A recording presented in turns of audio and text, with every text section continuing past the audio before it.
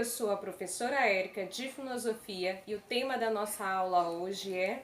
A aula de hoje é sobre Platão e a justiça. Então, retomando quem foi Platão, ou relembrando quem foi Platão, Platão foi responsável por um grande sistema de pensamento filosófico. Foi discípulo de Sócrates, escreveu a maior parte do pensamento socrático e uma das suas principais obras que ficou reconhecida foi a República. Qual a diferença entre Platão e Sócrates? Os diálogos platônicos são sobre Sócrates. O método usado por Sócrates é a ironia e a maiêutica. Os temas debatidos em diálogos são platônicos. A dialética feita dentro dos temas é a forma como Platão escolhe para serem trabalhados os diálogos, os argumentos, os discursos. Nem sempre os discursos ou os argumentos de Sócrates, no caso, terminam em respostas conclusivas. Em sua maioria, se vocês forem prestarem atenção, terminam em aporias. O que são aporias? Aporias são respostas em forma de perguntas. São respostas inconclusivas. Qual é o principal método utilizado, por exemplo, por Platão? O método platônico é a dialética, o diálogo entre os interlocutores para se chegar a uma resposta ou para se chegar a uma aporia.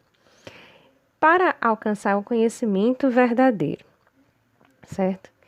E como se chegar, por exemplo, a esse conhecimento verdadeiro em Platão? Tal como é na alegoria da caverna, o idealismo platônico separa a realidade sensível da plenitude das essências, estas como conceitos plenos. A realidade sensível é uma corrupção das plenas ideias.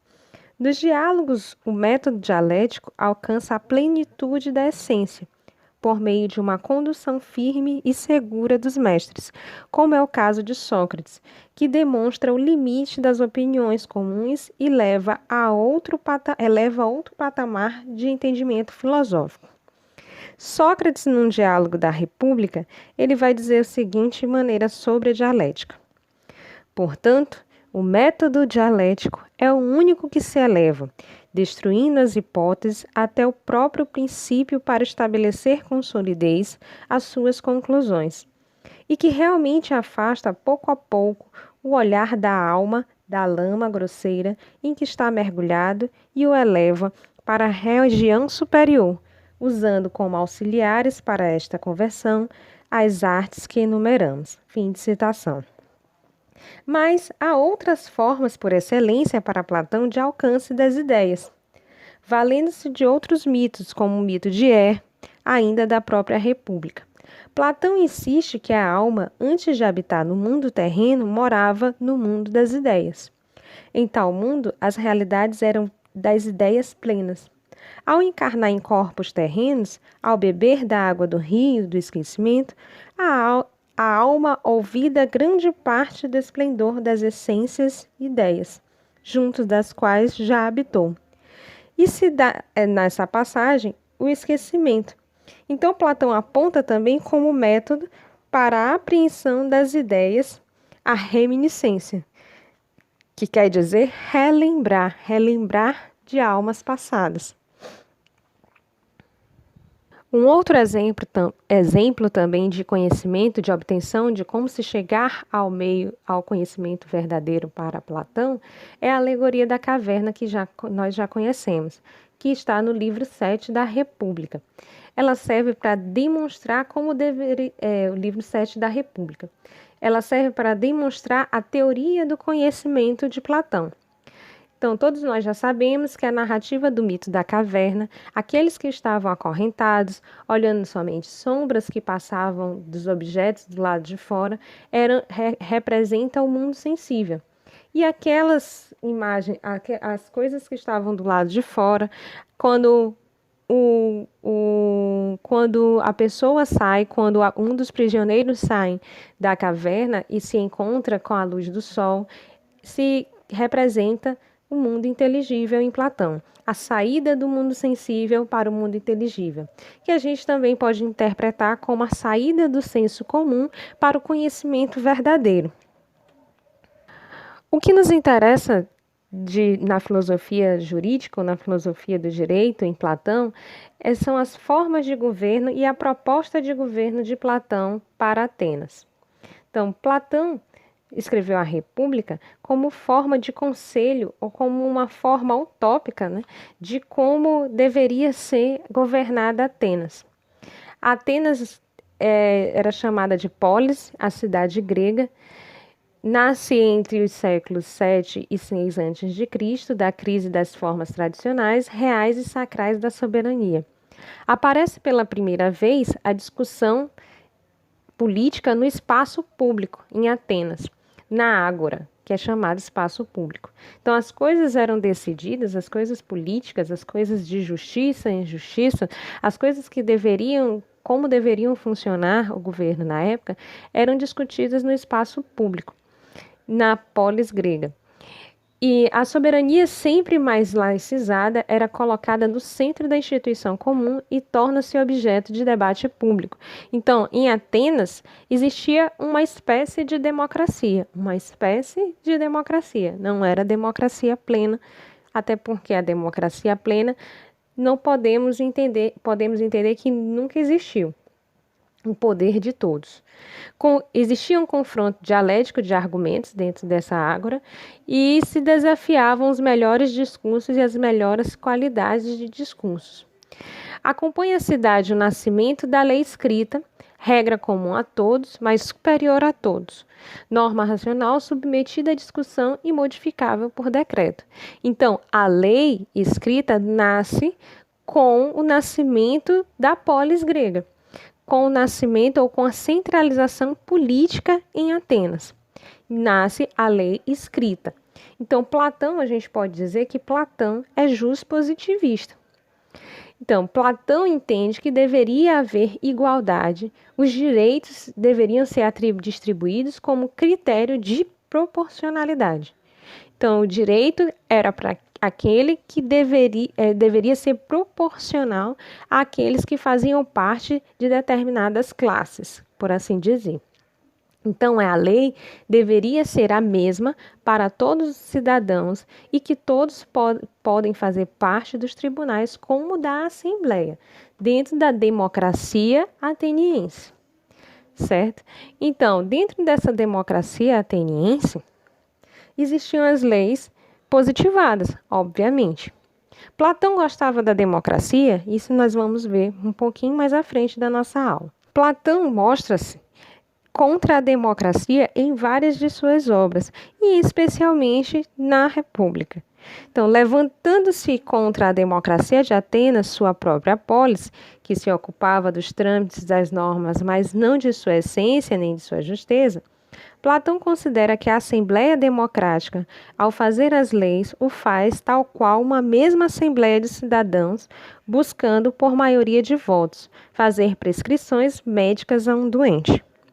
O sofista que argumentava para conseguir a aprovação de uma lei do interesse daquele que lhe pagava, ou mesmo que atuava numa função próxima do moderno advogado, sofre uma censura fundamental por parte de Platão, pelo seu debate que não se fixa em torno do justo, mas apenas nos quadrantes do convencimento da maioria. Então, para Platão, a democracia não era a melhor forma de governo, porque as pessoas, os cidadãos, centralizavam as suas propostas em interesses individuais. Então, como ele acreditava que deveria ser o governo? Como nós vamos ver no quadro, o governo deveria ser da bela cidade. Então, ele chamava o governo da bela cidade. A proposta dele de governo seria a sofrocracia ou a plutocracia, que propunha, que ele fazia a proposta do rei filósofo, certo? Então, esse rei filósofo, para Platão, na carta 7, que é também chamada da alegoria da caverna, ele vai dizer que o rei filósofo deveria ser o conselheiro de um homem doente. Se esse doente segue um mau regime, não tem como primeira obrigação obrigá-lo a modificar o seu gênero de vida? Se o doente quiser obedecer, nesse caso, dar-lhe as novas prescrições, se recusa, acho eu que é dever de um homem reto e de um verdadeiro médico não se prestar mais às novas consultas. Aquele que se resigna, considero como, ao contrário, como um fraco e um curandeiro. Mesmo se passa com um Estado que tem à cabeça um ou vários chefes. Se governado, normalmente, é bem guiado e necessita de um conselho sobre qualquer ponto útil. Será razoável que lhe dê conselho. Se, pelo contrário, se trata de estados que se afastam completamente de uma justa legislação e se recusam mesmo a segui-la, e nada mude sob a ameaça de pena de morte, tornando-lhe pelas suas instituições o servidor de vontades e caprichos, ao mostrar-lhe os caminhos mais cômodos e mais fáceis. O homem que a tal se apresta, considero eu um fraco. Em contrapartida, aquele que a isso se recusa é para mim um homem corajoso. Mas vale a justiça viva e perfeita do rei filósofo, dotado de poderes absolutos? Essa é a tese que tem na República. Mas encontraremos a mesma doutrina em O Político, em As Leis. Então, em outras obras de Platão, nós encontramos essa mesma afirmação, que a democracia não é um bom governo, que o bom governo para Platão deveria ser da plutocracia ou da sua sofrocracia, ligada à justiça, ligada àquele que já conhece o bem, que tem conhecimento, que estuda, que é dedicado ao bem. Então, o rei deveria ser um rei filósofo ou um filósofo rei. A democracia é inadequada porque a igualdade só é possível na repartição de bens, mas nunca no igual ao direito ao poder. É preciso que os filósofos se tornem reis ou que os reis se tornem filósofos. Então, o modelo de governo para Platão é o modelo aristocrático, não de riqueza, mas de sabedoria. O poder é confiado aos mais sábios. Ele diz na carta 7, vi, portanto, que jamais cessariam as catástrofes das gerações humanas se antes não chegassem ao poder público homens de verdadeira e francamente filósofos. Se os chefes políticos das cidades não se tornassem, por alguma sorte divina, verdadeiros filósofos. A cidade perfeita é, portanto, aquela que predomina a temperança na primeira classe social, a fortaleza ou a coragem na segunda e a sabedoria na terceira. A justiça nada mais é do que a harmonia que se estabelece entre essas três virtudes das classes sociais. E quais são as classes sociais que Platão diz que deveria existir?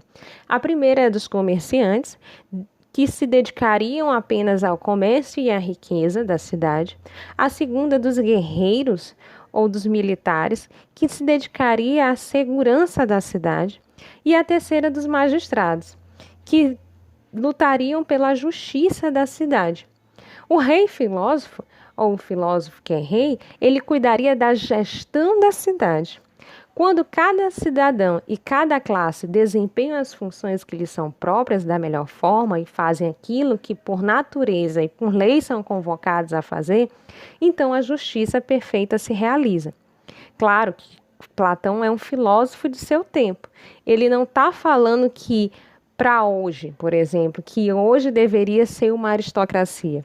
Ele está falando para Atenas de 428, 347 antes de Cristo. Ele não está falando no século 21, não vamos cometer anacronismos.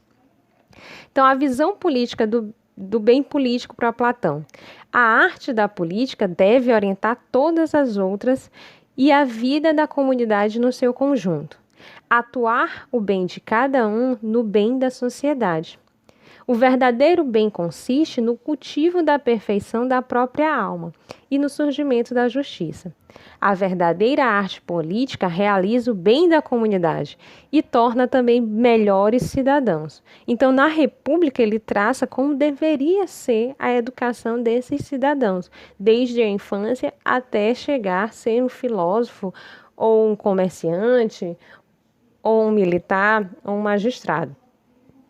O bem, em Platão, é a ideia do conhecimento e da verdade, aquilo que dá o poder de conhecer. Para Platão, a maioria dos estados são governados por pessoas que se batem entre si por sombras e disputam o poder como se fosse um grande bem.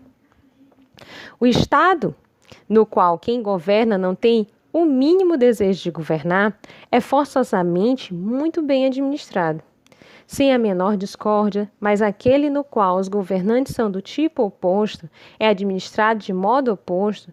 Se para quem deve governar encontrares um modo de vida melhor que o governar, isto é, filosofar, ótima poderá ser a administração do Estado, porque será o único no qual governarão as pessoas realmente ricas, não de ouro, mas aquela riqueza que torna o homem feliz, a vida honesta e fundada sobre a inteligência. Então, sobre essa citação em Platão, ele está dizendo que o filósofo é aquele que não possui ambições de governar. Por isso ele seria um bom governante, porque ele não estaria batendo de frente com outros governantes, ele estaria preocupado somente com os seus cidadãos. E quais seriam as virtudes do governante e a educação dos cidadãos? A dialética é o método mais apropriado para que o conhecimento verdadeiro seja alcançado. Ele é no diálogo platônico como caminho para a verdade. No livro 6 da República se faz presente tanto na metáfora do sol, como também quando Sócrates traça a divisória de como o conhecimento visível se difere do invisível, ou sensível do inteligível, lá no mito da caverna.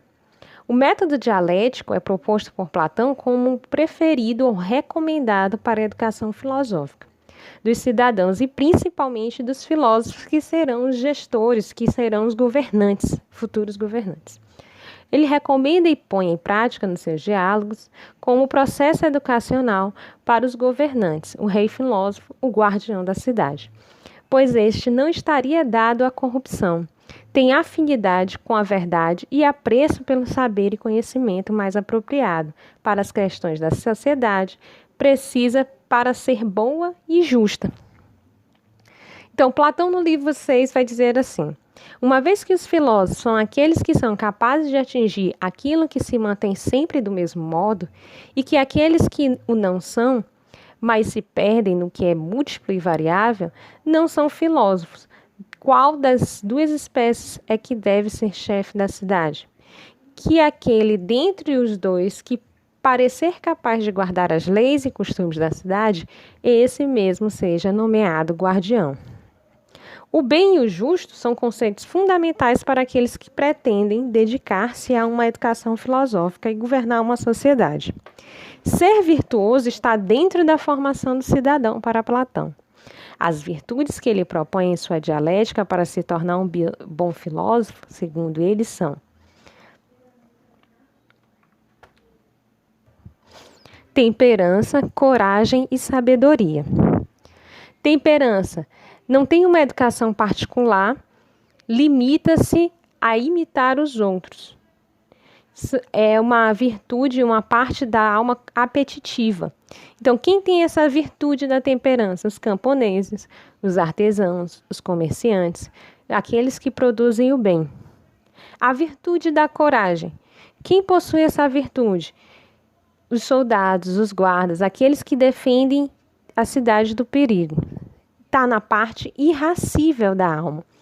A educação musical faz parte da educação musical, comunhão dos bens e das mulheres. E para os governantes, os reis filósofos, qual deveria ser a virtude? A sabedoria.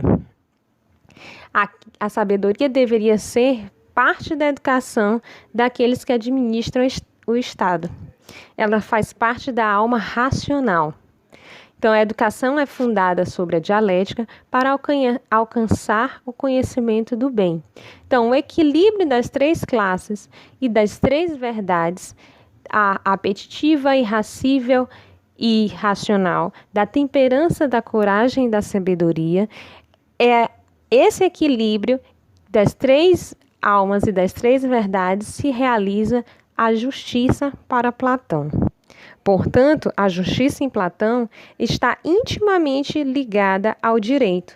Ela não se dissocia do direito. A justiça faz parte do bem viver em sociedade. E qual o papel do jurista, que é o último assunto das questões da justiça em Platão? O papel do jurista é ser justo.